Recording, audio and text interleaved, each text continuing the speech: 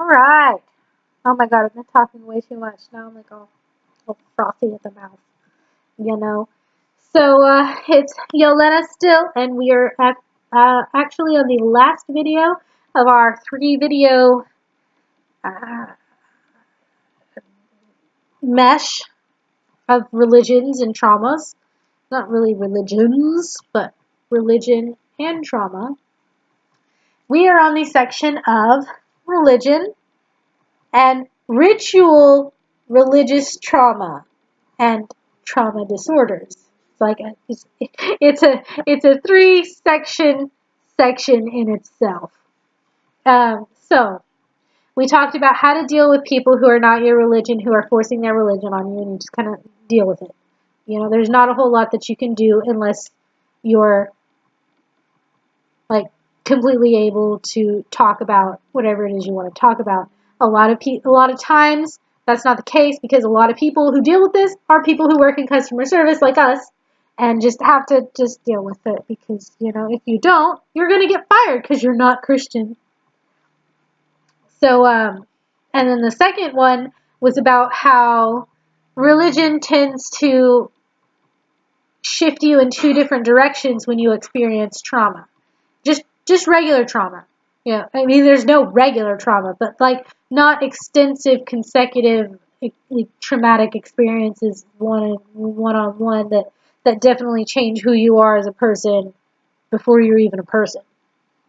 So, yeah, just regular trauma and how it splits you in 2 different directions where most often people go away from their religion or they go towards their religion.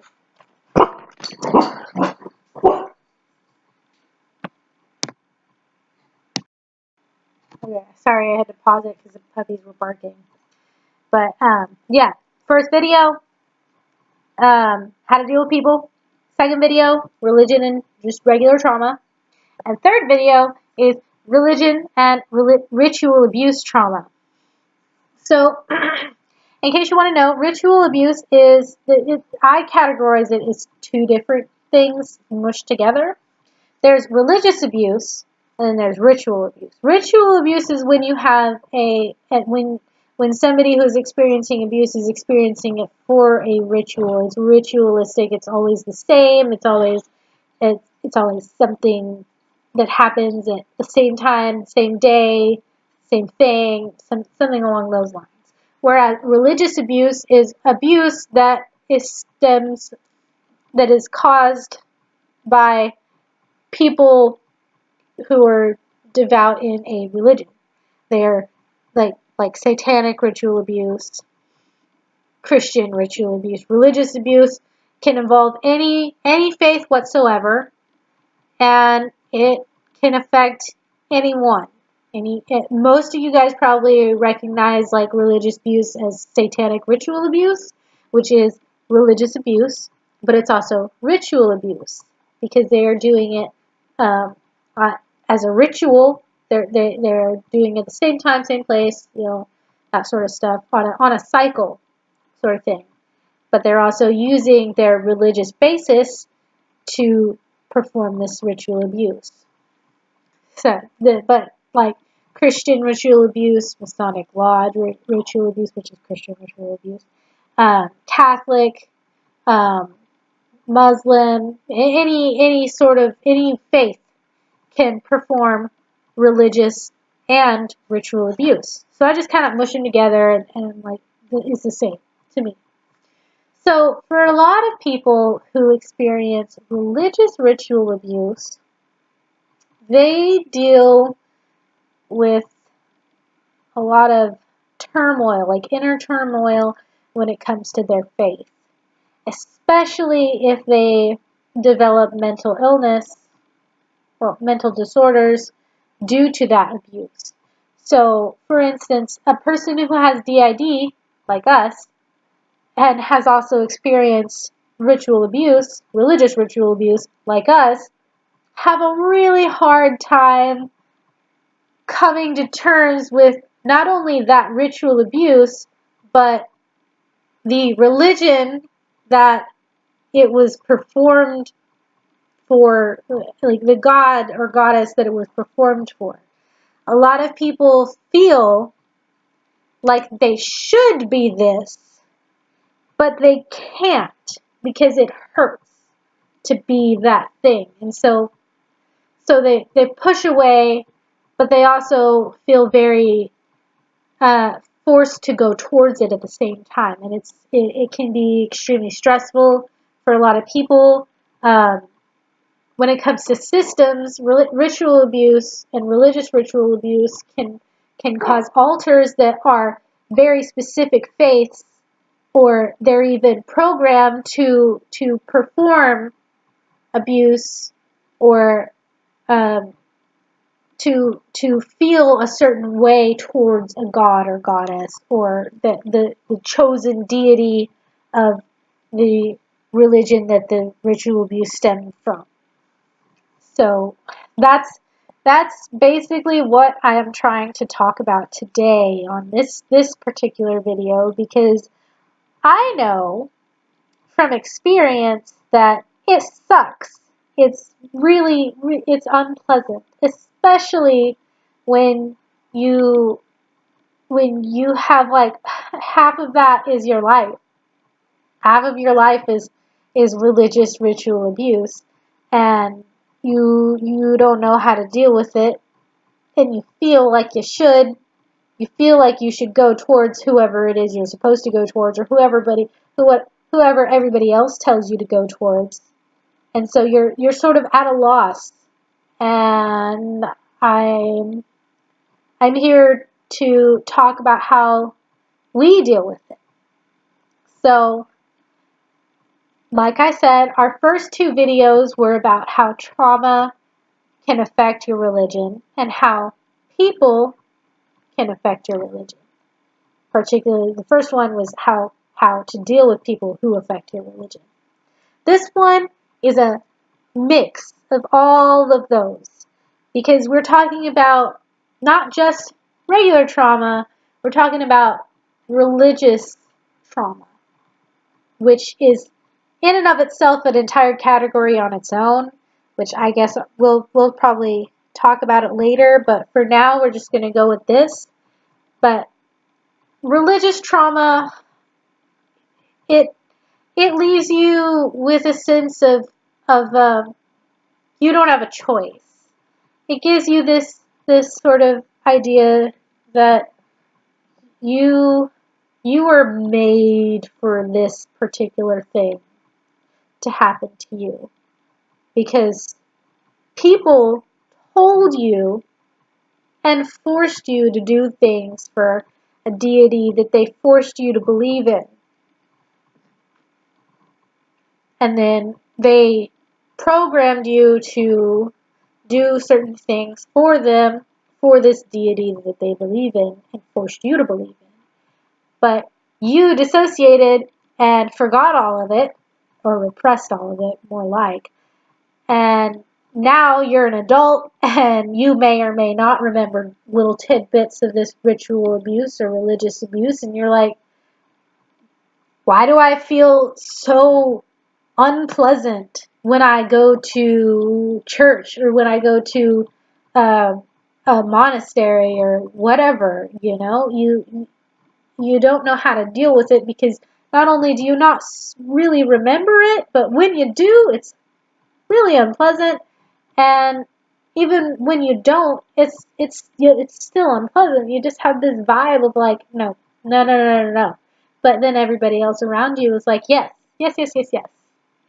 And it can be really hard to not blow up on people. I know for us, we have a very hard time not challenging people, because we've experienced religious ritual abuse, and particularly from the Christian faith, and so we have a lot of I don't know, angst or something against that faith, because it's sort of, you feel helpless, and you feel like, well, everybody else is doing this, and they say that it's okay, but these people also hurt me really bad, and but I feel like I have to because I've already done it, you know? Well, I'm here to tell you that you don't. You don't have to do anything. You're not obligated to follow anybody else's faith just because they tell you to. And it's all right to be upset.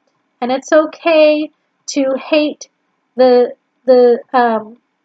god or goddess or chosen deity that that people use to abuse you. It's all right. And you're totally 110% justified in not liking it. And that, I think, was the first thing that helped us move on. And which is really funny because we don't actually know all of the religious trauma that we have. We know a little bit. And it's very unpleasant. But it's helped us move on. And so all of you guys know, or at least you should know by now, we're Buddhist. And in case you didn't know, Buddhism has no deities whatsoever. Even the Buddha is not a deity. Some people confuse him for one because he's reached nirvana, but he's not. He actually detested deities in theology. He was just like, no, we're not going to do that. Y'all guys can do it. We're not going to. So we are, we consider ourselves a pretty okay example of the girl over here who decided, screw this crap. I don't want to follow this God. He sucks. I'm going to go over here and follow Buddha because he's cool. So that's us. But there's also other people who are like, I believe in Jesus and I've been horribly ritually abused by disciples of him, but they are not the same. So I'm not gonna I'm gonna stay with Jesus, not you guys, because you guys are stupid. So bye, because I'm cool. So yeah, like I said, there's one of two directions that you go. A lot of people who experience religious ritual abuse are stuck in the middle. So you're allowed to take whichever direction you want. You're also allowed to stay in the middle. It doesn't really matter, I mean, it matters to you, but it doesn't affect the world around you, and it doesn't affect how you are going to pass on or exist later on, because the way that we see it and the way that we're going to tell you that we see it is no matter what happens, you're going to be somewhere else. And that's probably the most comforting thing that we have ever, believed in, because the vagueness of it, you know? For a lot of people, they get really worried about the future. They get so worried and they're like, I don't know what I'm going to do. I'm going to be homeless. I'm going to be living on my sister's couch. I don't know how I'm going to live. I don't know how I'm going to take care of myself. I don't have anything, I don't have any money coming in. I don't know what I'm going to do. Well, the thing that comforts us is just knowing that it's temporary. Everything is temporary. Even your life. And in a way, it's sort of nihilist, or nihilist, or however you want to pronounce it. We say nihilist. But it's also super comforting because you know that it's temporary. This horrible situation that you may or may not be in isn't going to last. And you'll be somewhere else. You may physically be somewhere else, but you may also be mentally somewhere else. It's not a super descriptive sort of somewhere else. It's just somewhere else. I'm gonna have to do a little counter how many times I say somewhere else. But that is what helps us keep going, because we don't have to worry about how horrible things might be. We just worry about how to fix whatever it is that is going on so that things are better in the somewhere else that we are.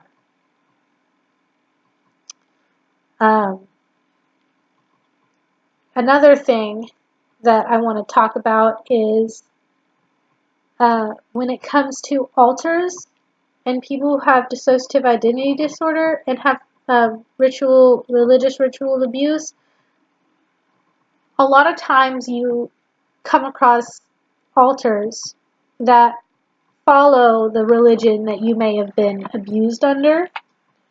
And for a lot of people, that's really hard to deal with, because you're like, I don't believe in this faith, and this person does, and what if they hurt me? I think because of the experience that we have with our altar, our prominent altar who is Christian, we have just sort of let her do her thing, As the way I see it is the best way to deal with them is to don't antagonize them, don't turn them into a monster, because they will become a monster. And they will be very unpleasant to deal with.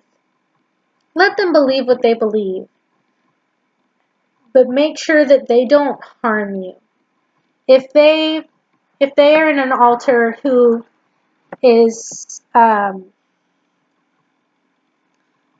same faith of your abuser or your religious abuse, and they're programmed or they want to go back to that particular cult or abuser, it's important that you communicate that they can't. That not only does that hurt you, but it hurts them, and even though they super believe in that person and they worship them and they care about them a lot, you have to tell them, like, hey, I love you, but we've discussed this.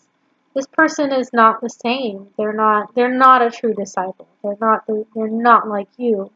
They're not a proper believer or whatever. Whatever you want to say. I probably could have worded that better, but I'm not going to start over now. 17 minutes in. So I know I totally changed how the tone of this video was going. The first two were pretty upbeat and happy, but this one is serious. Like, religion is hard to deal with, and it's extremely hard to deal with when you have trauma. And so I just wanted to give you guys the best advice that I can give, and hope that you guys take it, and hope that you guys are better off with it. And I want you all to know that it's all your decision. If you want to completely disregard the faith that you were abused with, you can. If you want to follow it, you can. It's all up to you. It's nobody else's decision, and no one else can force it on you. And it's important to remember that you can't force it on anybody else. So that is the conclusion of our 3-part video. I am sorry about the dogs. I guess they finally settled down now. And we are coming to a close. Have a great night, guys. It's been fantastic. Bye. This has been Yolena the entire time. So, see you later. Make another video probably sometime next week. Thanks.